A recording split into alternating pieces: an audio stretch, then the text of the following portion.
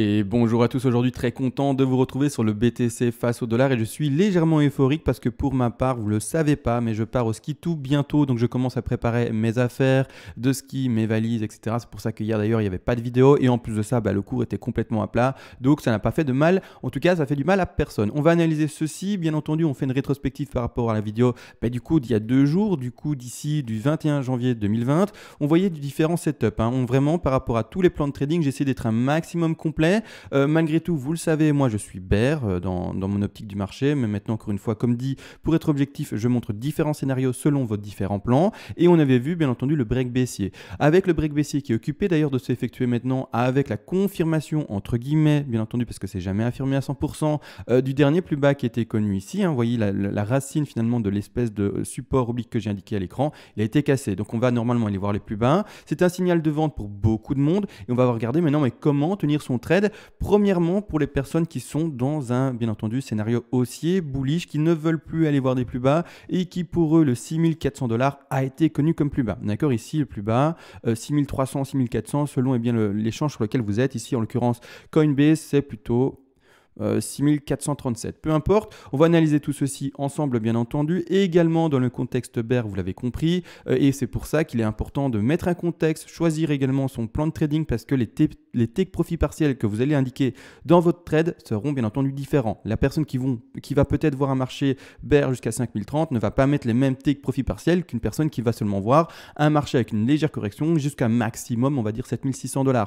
Bien entendu que le trade va se procéder et va se tenir de manière différente. N'empêche, je voulais juste encore une fois, c'est vrai, avant de commencer l'analyse, remercier les personnes qui font des donations. C'est grâce à vous que cette chaîne-ci est toujours aussi productive maintenant depuis 2 ans maintenant, 2 ans presque plus, voire un peu plus, même peut-être maintenant, peu importe. Merci à vous beaucoup, beaucoup, beaucoup. Vous le savez, ça fonctionne par palier. Selon la donation que vous faites pour aider la chaîne, je vous offre soit, tout volontiers ici, toutes les règles d'Elliott en français. Comme ça, de votre côté, vous pouvez faire exactement le même travail, créer des plans de trading, mettre des points d'entrée, mettre des stop loss, mettre des take profits partiels de manière sécurisée, entre guillemets, c'est-à-dire plutôt calculée et non pas de manière hasardeuse, et également faire des plans de trading à plus ou moins long terme, voire même très long terme, comme je l'ai déjà fait en vidéo, en démonstration, pour bien entendu avoir des projections de prix du marché, par exemple du Bitcoin qui pourra aller revoir, vous le savez très bien, les 100 000, 200 000$ sans le moindre problème, voire même dans 10-15 ans, beaucoup plus, bien entendu.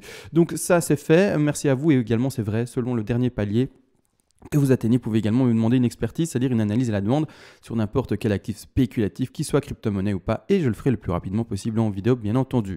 Donc maintenant, on part enfin dans l'analyse. Premièrement, je préfère insister, c'est vrai, on a cassé le niveau de support. Alors ici, sur Coinbase, on a cassé ici le niveau de support, et sur les autres aussi, sur Bitfinex et les autres aussi, on a cassé le niveau de support horizontal. Malgré tout, est-ce que ça suffit pour dire que maintenant, c'est le crash de la folie, etc. Non, bien entendu, c'est pour ça, plan de trading, take profit partiel, par palier, etc.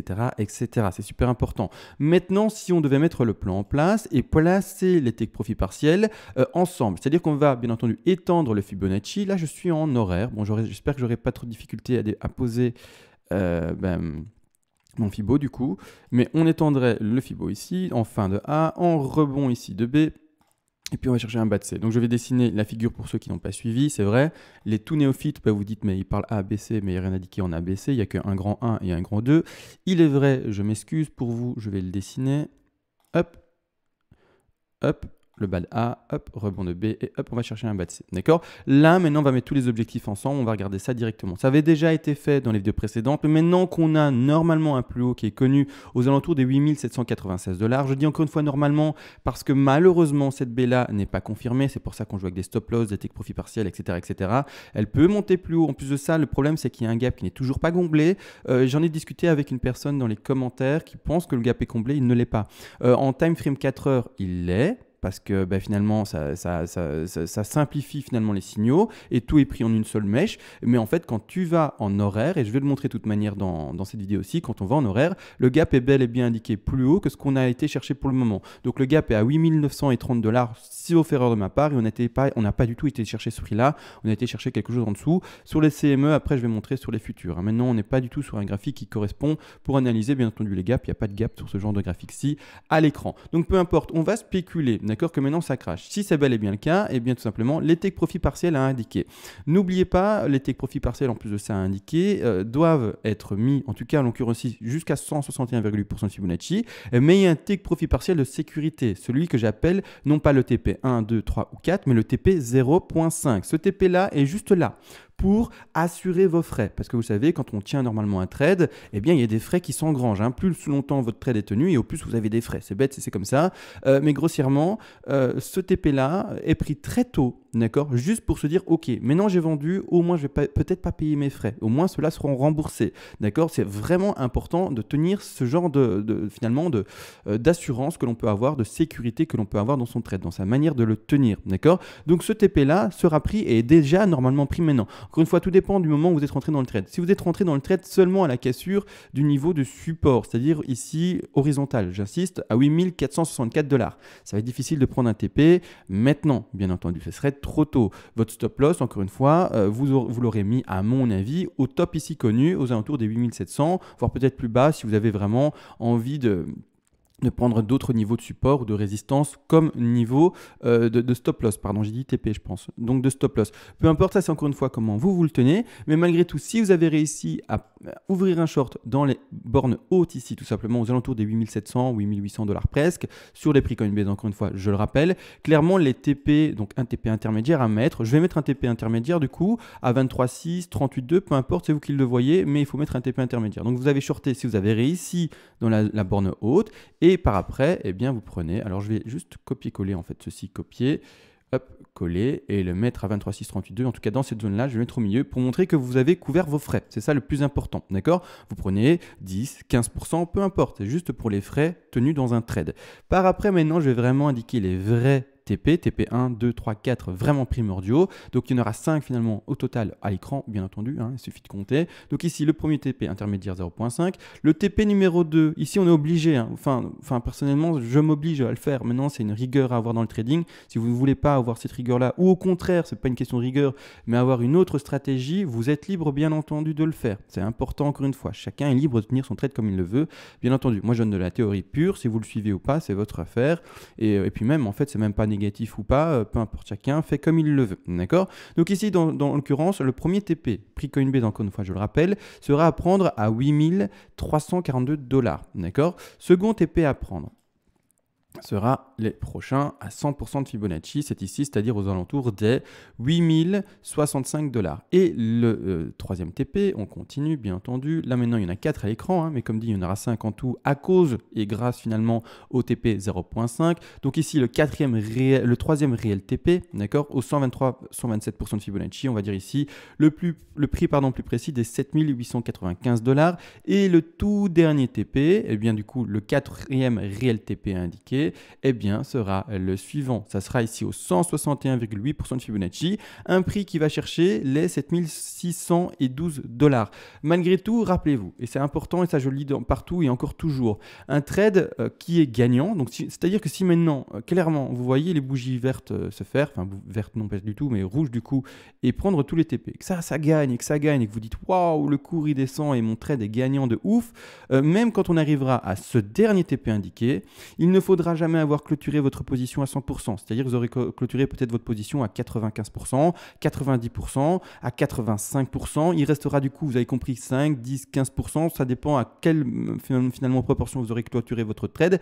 Mais laissez-le encore et toujours ouvert. Un trade qui va dans le vert, c'est-à-dire un trade qui est gagnant, doit ne pas être clôturé. Parce que, bien entendu, si jamais le cours il décide d'aller plus bas, hein, et qui décide d'aller là où vous n'aviez même pas pensé que ça pouvait aller, et que le cours il continue à faire ça, bah bon, après c'est mauvais pour vous, parce que du coup pour le bull c'est raté, mais pour ce trade là, c'est que du bénéf, c'est-à-dire qu'on ira peut-être voir les 7200, les 7000, et qui sait, dans ce cas-là vous auriez un trade qui est encore dans le vert, seulement peut-être avec 5%, il est vrai, 10%, 15% de votre position, mais est-ce qu'on va cracher sur du bénéfice supplémentaire? Non, d'accord, surtout pas quand on est sur un trade qui se passe bien, d'accord, et qui va chercher des objectifs qu'on n'avait pas attendus. Donc ici, encore une fois, ne le clôturez jamais à 100%, c'est-à-dire que par après, là, je ne peux pas pour vous mettre les TP d'après, normalement, bon, on continue à 200, 261,8, etc. Mais là, il faudra par après vous-même, vous trouver des objectifs, etc. Je ne vais pas faire le travail jusqu'au bout non plus. Ça devient assez personnel, hein, la tenue du trade comme ça jusqu'à la baisse, vraiment, se dire, voilà, il y a un gros niveau de support encore là, je clôture encore un peu, etc., etc. Mais vraiment, essayez de suivre le cours, ne clôturez jamais trop vite. Ça, c'est le conseil que j'essaie de donner dans toutes les vidéos. Mais c'est normal, c'est du drill. Et moi, je trouve que le drill, c'est super important. Donc, je dois le répéter parce que de manière, je suis écouté tous les jours par des nouvelles personnes, hein, des nouvelles centaines de personnes qui m'écoutent et qui me découvrent. Donc, également, il faut que je le répète parce que, voilà, sinon, elles auront comme référence qu'une seule vidéo parmi les centaines de vidéos que j'ai déjà faites avec ces conseils-là et ça ne suffit pas. Hein. Il en faut bien entendu plusieurs. Malgré tout, ici, comme dit, on va parler vite fait. Donc, ici, c'est pour le scénario boule. Après, on va voir le scénario bear en seconde partie de vidéo. Malgré tout, comme dit ici, en fait, ce qui me gêne, c'est que, alors là, je vais parler d'ailleurs à un abonné, vu qu'on en a parlé ensemble, le gap. Alors, le gap, il faut préciser une chose. En 4 heures, le gap a l'air d'être comblé. D'accord ? Le gap a l'air d'être comblé, c'est-à-dire que grossièrement, le gap, quand on regarde en 4 heures, il est où ? Alors, je vais zoomer dessus à fond. Le gap, quand on est en 4 heures, il est où ? Il est là. Alors, il est là, hop, parfait, super, là, ça s'est mis sur les mèches. Clairement, en fait, on a comblé le gap en 4 heures. Alors, j'assiste, hein, en 4 heures, time frame 4 heures, d'accord ? Ici, le gap qui est là, il est comblé. Vous voyez, pas de bougie ici, il y a un vide. Là, on a été chercher avec la mèche, on l'a comblé. Mais en horaire. Et attention, parce qu'en fait, en 4 heures, ça veut dire qu'on englobe plusieurs bougies et que le réel gap qui a vraiment été fait se retrouve finalement confondu. D'accord ? C'est bête, mais c'est comme ça. C'est-à-dire qu'en fait, le vrai gap à observer, il est en horaire en fait. Et le vrai gap, est-ce qu'il a été comblé ? Mais absolument pas. Le vrai gap, alors on a l'impression hein, là que c'est comblé. Mais c'est pas le cas. Attention, il ne faut pas se tromper. Regardez, on va zoomer, on va regarder quelle mèche est concernée en fait par ce gap-là. C'est où le vide ? C'est pas là. Hein. Ça, c'est l'historique passé. Hein. Je vais zoomer vraiment à fond. Ici à fond. C'est pas ici, hein. Ça ne concerne pas le gap, hein, cette mèche-là. Celle-ci non plus. Hein. Le gap est concerné par cette mèche-ci jusqu'à la seconde. Le gap et le creux, il est là. Hein. Je le dessine. Il est là, hein, le gap. Hop, je vais recommencer. Ça va faire un petit... Hop, j'essaie d'être droit. Le gap est bel et bien là. Hein. Et puis après, poc, et on va sur cette bougie-ci. D'accord ? Le gap, il est là, hein, il n'est pas à gauche. C'est-à-dire qu'en 4 heures, ça confond tout et du coup, on ne voit pas bien le gap. D'accord ? Il est vrai, c'est très joli, ça rebondit dessus. Mais c'est-à-dire que pour le moment, le gap n'est pas du tout comblé. Le gap, pour le combler, doit monter jusqu'ici à 8929, on va arrondir à 30, d'accord, 8930.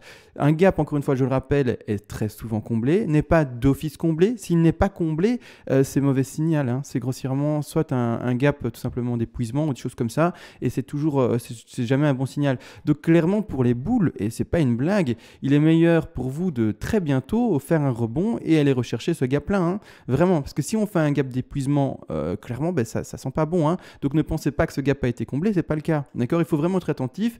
Voilà, c'est de ce dont je parlais. Hein. Je t'avais écrit à la personne avec qui j'ai eu la petite discussion.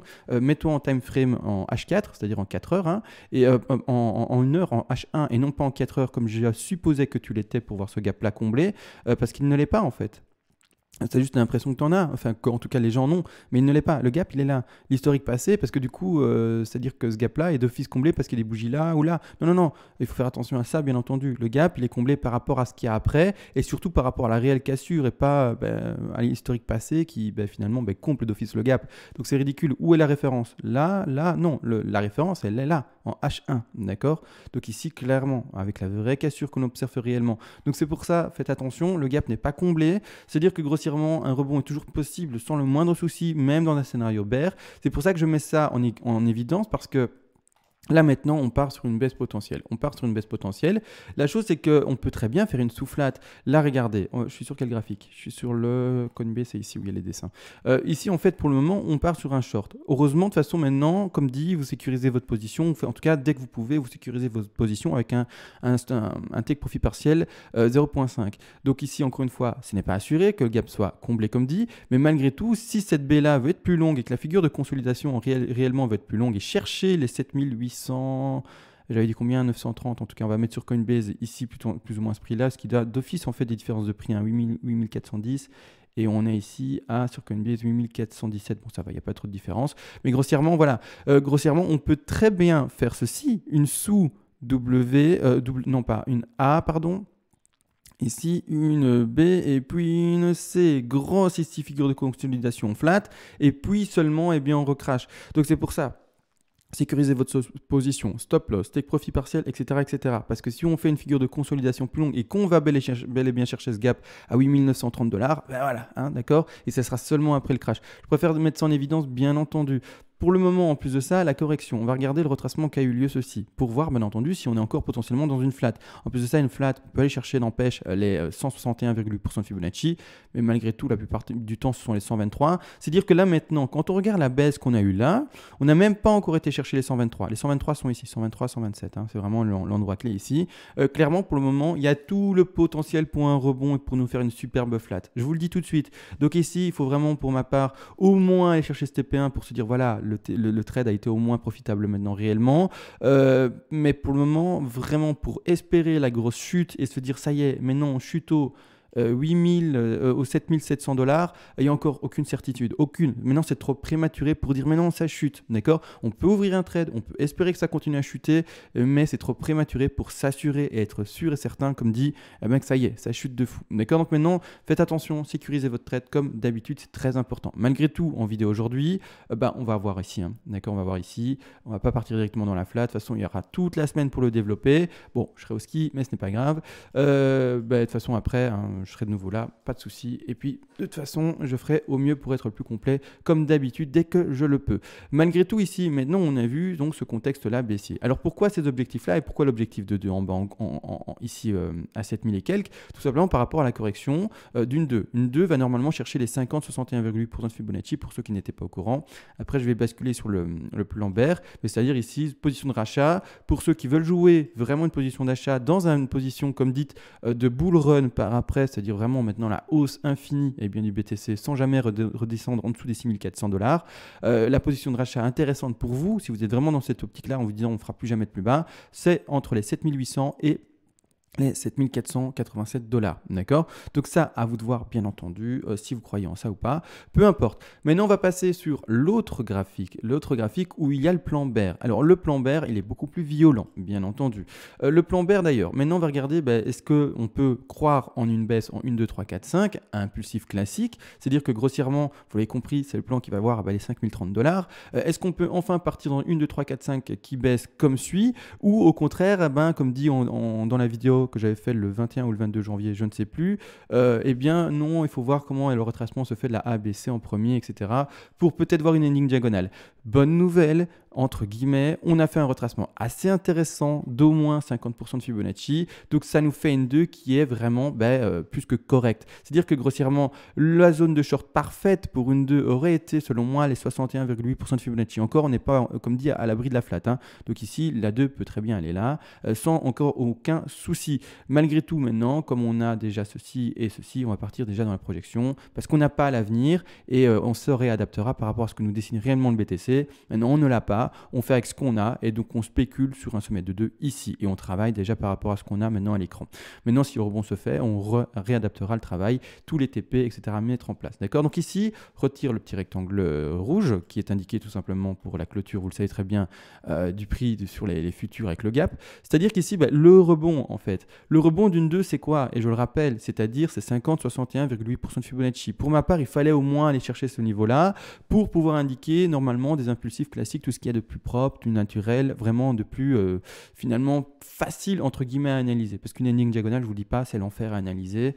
Ce serait que des figures correctives, donc c'est-à-dire qu'en fait les bulls seraient toujours hypés parce qu'ils ne verraient pas de figures impulsives baissières. Les bears seraient toujours finalement dans l'hésitation également parce qu'il n'y aurait pas non plus comme les bulls de figures vraiment baissières et personne ne saurait vraiment où est-ce qu'on en est. Donc finalement ça baisserait sans jamais vraiment donner cette petite affirmation par le cours vraiment réelle, quoi. Il y aurait vraiment que des plus hauts, des plus bas, des hauts plus bas, mais qui à chaque fois s'écraseraient selon les sommets. Bon là c'est un peu compliqué, mais c'est ce qui est finalement explicatif d'une ending diagonale. Ici, pour montrer, partir à la racine, si j'y arrive, voilà, je vais partir ici, donc le sommet de une racine, c'est ça que j'ai fait, et on va chercher les 50% de Fibonacci pile poil. Vous voyez le rebond, boum, 50%, hop, et on a un rejet vers le bas. Donc on peut vraiment partir maintenant dans une 2, 3, 4, 5. J'ai expliqué ça hier, si jamais on avait fait quelque chose de plus faible, que le rebond ici, vous voyez que le BTC n'ait pas été chercher les 50 et qu'on ait fait quelque chose de plus faible, comme par exemple un 38,2, voire même 23,6, peu importe, donc vraiment quelque chose de très faible, là au contraire, on aurait eu du mal à croire en une 2, parce que statistiquement, est-ce que je vais vite le montrer, statistiquement, grossièrement, c'est important de comprendre qu'il y a des statistiques, parce qu'on joue avec les statistiques et non pas avec le hasard. Statistiquement,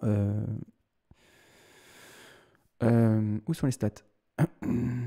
Ah, ici, parfait. Donc, en fait, statistiquement, une 2 qui ne corrige seulement pas au-delà, donc seulement entre les 0 et les 38,2, hein, pour dire ça, n'a plus que 12% des probabilités d'être produite. C'est pour ça que là, j'ai vraiment du mal. Donc ici, on a au contraire 73% de chances qu'une 2 corrige entre les 50 et les 61,8. Ici, on va chercher les 50, 61,8, on s'arrête même à 50. Donc ici, ça va. Bon, ça se joue à quelques pixels, hein. D'ailleurs, je préfère le préciser. Pour les très très minutieux, on va zoomer. Ça se joue à quelques pixels près. D'accord? Malgré tout, ça, je vous le dis, pour moi, on est plus proche des 50 que des 38,2. Je le valide pour ma part comme un 50% de Fibonacci, hein. Il ne faut pas non plus exagérer là-dessus. Donc ici, 50% de Fibonacci. Donc je reste sur une 2. Et enfin, je peux commencer des impulsifs classiques baissières. D'accord? Donc ici, je commence premièrement une première vague baissière normalement. Tout dépend encore une fois du temps que mettra cette vague à mettre pour descendre. Également, petite astuce, la plupart du temps, la vague qui termine, donc on va regarder ici, la vague qui est ici indiquée en jaune de B vers C, en petite C ici, mais plus ou moins, ça peut être plus long, ça peut être plus court, d'accord, mais encore une fois, théoriquement, mais plus ou moins le même temps de développement, d'accord, donc ça va être une chute qui devrait être similaire à ce qu'on a connu précédemment pour la première vague, la première jambe de baisse. C'est-à-dire qu'on va mettre un outil très simple en place, on va mettre une ligne à côté, hop, comme suit. Regardez, je prends le plus haut, je vais au plus bas et je vais la reporter par rapport au plus haut qui est spéculé, d'ailleurs spéculé mais assez fortement grâce, vous le savez très bien, à la moyenne mobile 200 en daily qui a fait un très très bel office de zone de résistance bien entendu, et on peut projeter et voir le temps que ça mettrait plus ou moins pour descendre, d'accord. Le temps, du coup, c'est-à-dire que jusqu'au 12 mars, on a une possibilité assez importante de voir le cours qui baisse, d'accord. Donc c'est assez long, d'accord, c'est une chute assez longue, mais malgré tout, voilà. Encore une fois, le temps, on ne sait pas le travailler. C'est juste ici, vraiment pour avoir un ordre d'idée de la baisse qu'il peut y avoir. D'accord? Donc ici, on part là-dessus. On va faire des petites projections. D'ailleurs, je me demande si j'ai pas exagéré avec les bleus ici. Je vais regarder. Je vais mettre juste de côté après et après j'explique ça. D'accord? On va commencer avec les vertes ici. Premièrement, si on part bel et bien dans une impulsive baissière, on va regarder déjà si une, 2 suffit et puis après comment on peut le travailler ensemble. C'est-à-dire que grossièrement, je prends mon Fibo d'extension et on va regarder ceci. Je vais mettre mon aimant. Et on va regarder en fait si juste déjà avec cette première 1 et cette première 2, il y a moyen d'aller chercher les 5000 et quelques dollars, voire même 6000 dollars. L'objectif normalement minimum, si on est bel et bien là-dedans, c'est-à-dire qu'on devrait aller chercher la 3 qui va chercher au moins les 161,8% de Fibonacci de baisse. C'est-à-dire que grossièrement, on devrait au moins, si on est bel et bien baissier sur le cours du BTC, au moins aller chercher les 7600 dollars. Au moins, d'accord? C'est-à-dire que c'est la même chose que la ABC qui est pour le rebond, hein, d'accord? Niveau d'achat. C'est-à-dire que les personnes, que vous soyez maintenant bear ou bull, on a le même objectif. On a le même objectif, c'est descendre là-bas en bas. D'accord? C'est bête, mais c'est comme ça. D'accord? Maintenant, malgré tout, on a un rebond de 4 qui va chercher 23,6, 38,2. On va le mettre à 38,2. Là, ce que je montre à l'écran, c'est vraiment un scénario extrêmement faible pour les bears. D'accord? Après, on va mettre un scénario un peu plus réalisable pour les bears. 38,2 ici. Et puis terminer avec la dernière vague ici de baisse. C'est-à-dire que là, on ferait une ABC en tronqué. Je vais montrer après la ABC en tronqué. Hein. Hop, ici. Et on va chercher les 261,8% de Fibonacci. 6200, ça ferait peut-être presque un double top, voire un léger plus bas. Là, c'est quand même fort. Mais je vais en parler après. Bon, on va dire qu'on va chercher les 161,8 pour exprimer la ABC en tronqué. C'est-à-dire que grossièrement, on ne ferait pas de plus bas sur le cours, même dans un scénario bear, et qu'on irait chercher une C en tronqué. Comme d'habitude, je préfère le préciser. Une C en tronqué, c'est absolument pas quelque chose que je privilégie. Bon, je vais retirer en fait la bleue ici. C'est une vague de trop. Hop, je la retire. Donc en fait, je précise ici clairement une C tronquée, c'est-à-dire une C qui ne parvient pas aller en dessous des 6400 dollars est quelque chose que je ne privilégie pas. C'est-à-dire que je vais privilégier quoi? Des scénarios avec des vagues qui seront plus fortes. Mais vraiment, c'est pas une blague, d'accord? C'est-à-dire que soit je vais privilégier une 5 avec une extension qui va aller chercher les 6200 dollars comme montré à 261,8% de Fibonacci, ou alors au contraire, je vais privilégier une 3 qui aura elle aussi une intensité plus forte qu'indiquée comme ici à 161,8, mais qui au contraire aura une intensité qui ira chercher quelque chose comme les. Donc je rappelle, tous les objectifs n'empêchent de 3, 161,8, 261,8, 423,6 et de manière plus rare les 200 et 261,8% de Fibonacci. Je dis combien? 200 et 361,8% de Fibonacci, pardon. C'est-à-dire qu'ici, en fait, soit 161,8, bon, d'accord, premier objectif de 3, malgré tout, on peut aller plus fortement, chercher carrément ici les 261,8% de Fibonacci, on peut s'arrêter ici pour la projection, voire même ici carrément également les 423,6. 423,6, c'est carrément déjà les 5700 dollars. Après, on devrait revoir un mini rebond ou un rebond en tout cas de 4 et puis encore une 5 qui descend. Pourquoi pas? Je ne dis pas ça. D'ailleurs, moi, les 5030, c'est vraiment mon objectif principal par rapport à ma grande figure WXYXZ que vous voyez ici, qui se termine d'ailleurs là, avec la Z. Hein. Donc ici, clairement, malgré tout, une 3 à 423,6, waouh, ça veut dire des bougies rouges, ça ne donnerait même pas le temps de respirer aux boules, ça m'étonnerait. D'accord? Donc on va plutôt pour le moment spéculer sur quelque chose de moyen, d'accord, sur vraiment un objectif moyen, c'est-à-dire un 261,8% de Fibonacci, un rebond classique pour la 4, 38,2, d'accord, classique, hein, on ne va pas partir sur une folie, si j'arrive à l'indiquer de manière assez aisée, hop, voilà, un 38,2, classique. Et enfin, dernier objectif ici, comme vous voyez, de ceci.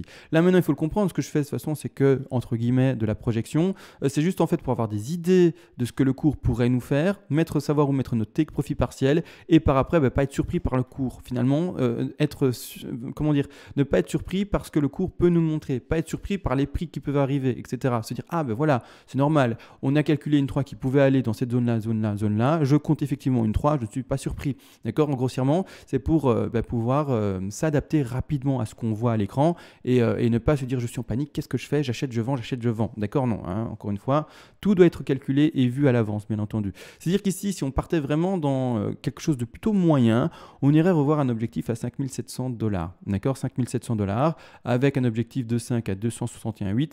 Bon, c'est quelque chose tout à fait possible. De toute façon, quand on arrivera dans ces zones de prix là, je serai là si on devait y arriver, bien entendu, pour l'analyser. Mais encore une fois, je le rappelle, ma zone à moi, ce sont les 5030 $, n'empêche. 5030 $, parce qu'en plus de ça, à ces entours de prix-là, on a cette zone-là de support également. Il ne faut pas la nier. Hein. On a cette zone-là de support. Vous voyez, pour le moment, après finalement cette zone de support en A, il y a que beaucoup et fortement que des bougies vertes. Et donc, grossièrement, la grosse zone de support, elle se situe là. D'accord, elle se situe dans cette zone là entre, on va prendre ça ici, on va prendre ça ici comme suit, entre les 5400, 5500 et légèrement plus bas ici les 4800, grosse zone de support ici. C'est pour ça que moi personnellement je privilégie vraiment cette zone là et pas les zones intermédiaires ici. D'accord, c'est ici qu'il y a vraiment eu une zone de support. L'autre zone de support, là c'est le bottom carrément. L'autre zone de support également c'est ici, d'accord, mais voilà, là clairement la prochaine zone de support, si on devait pour ma part tout break à la baisse, ce ne serait pas les 6000 ou 5007, ce serait vraiment dans cette zone verte ici, de zone de rachat pour le BTC. Donc ici, clairement, les take profits partiels, parce que là j'ai beaucoup parlé, mais les take profits partiels pour le moment il est un peu tôt, il est vrai pour les indiquer. Malgré tout, un take profit partiel placé à 161,8% de Fibonacci n'est pas du tout mauvais, d'accord? C'est-à-dire que grossièrement, prenez pour le moment comme les boules. Comme les boules, comme les personnes qui veulent voir le cours monter, vous prenez également un take profit partiel juste pour assurer vos frais. Mais c'est-à-dire que le premier TP, donc le TP 0.5 pris assez tôt. Ça, c'est sûr et certain, vous prenez quand vous semblez bon. Malgré tout, ici, quand on part sur vraiment une projection baissière aussi importante, le premier TP, le TP1, d'accord, vraiment à prendre, ça ne sera plus comme les boules aussitôt, avec vraiment des paliers de 4, etc., qui sont placés à 61,8, à 100, 123 et 161,8. Non, le premier réel TP va être carrément pris là, d'accord. Vous êtes placé vendeur. Que sais-je, vous êtes placé vendeur dans, peu importe, on va mettre une zone ici, vous êtes placé vendeur en haut là, le premier TP sera à 7600 $.